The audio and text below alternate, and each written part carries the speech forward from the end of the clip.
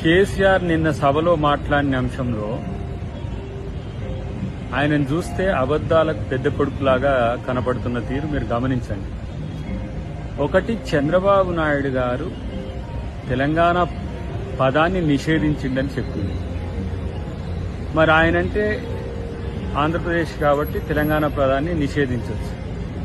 మరి మీరెందుకు మీ పార్టీలో తెలంగాణ పదాన్ని నిషేధించిండ్రు? దానికి సమాధానం ఉందా?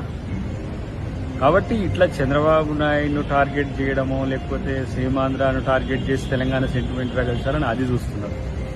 రెండవది, ఆపరేషన్ కగార్ మీద మాట్లాడింది. మీరు ఆపరేషన్ కగార్ మీద మాట్లాడి ఏదో శాంతి చర్చలకు మీరు లేదంటే మావోయిస్టులకు లేకపోతే వామపక్ష పార్టీలకు మీరేదో బాసటగా ఉన్నట్టుగా చెప్పే ప్రయత్నం చేస్తే, వరవర్రావు గారు తెలంగాణకు అక్కడ జైళ్ల పరిస్థితులు మహారాష్ట్ర బాగలేదు ఇక్కడ మార్చమని చెప్తే పట్టించుకున్నారా? గద్దర్ను కలిసిండ్రా? హరగోపాల్ సార్కు అపాయింట్మెంట్ ఉందా? ఎంతెందుకు ప్రజా సంఘాల నాయకులైన మందకృష్ణ గారిని ఏ విధంగా అరెస్ట్ చేసిండ్రు? తెలంగాణ ఉద్యమ నాయకుడైన కోదండరాం గారు అరెస్ట్ ఎలాంటి పరిస్థితి ఉంది? అంటే మానవ హక్కుల గురించి వచ్చినప్పుడు మీ యొక్క స్టాండ్ ఎట్లా ఉందో తెలుసుకోవాల్సిన పరిస్థితి ఉంది. కాబట్టి మీరేదో ఇంకా చెప్తే ప్రజలు నమ్ముతారనే స్థితిలో ఉంటే అది మీ భ్రమ. అన్ని అబద్దాలు చెప్పడానికి ప్రయత్నం చేసి అలా బీసీ బిల్ గురించి ఎక్కడైనా ప్రస్తావన ఉందా?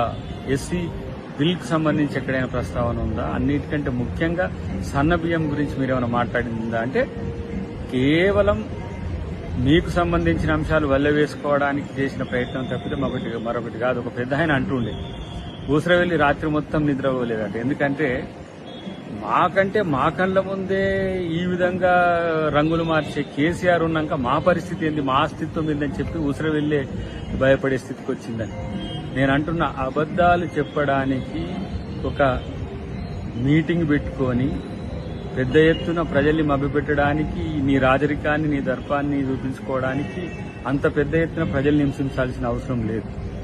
మళ్ళీ దాంట్లో ఏమైనా ప్రజాస్వామ్యం ఉందంటే ఒక్కడే. దాంట్లో ఆయన కొడుకు, అల్లుడు, బిడ్డ ఇదంతా కూడా నామమాత్ర పాత్రలే. అంటే ఏంది? మళ్ళీ రాజరికాన్ని నియంతృత్వాన్ని తెచ్చుకోవడానికి ప్రజలు సిద్ధంగా ఉన్నారు అనుకుంటున్నారా? గత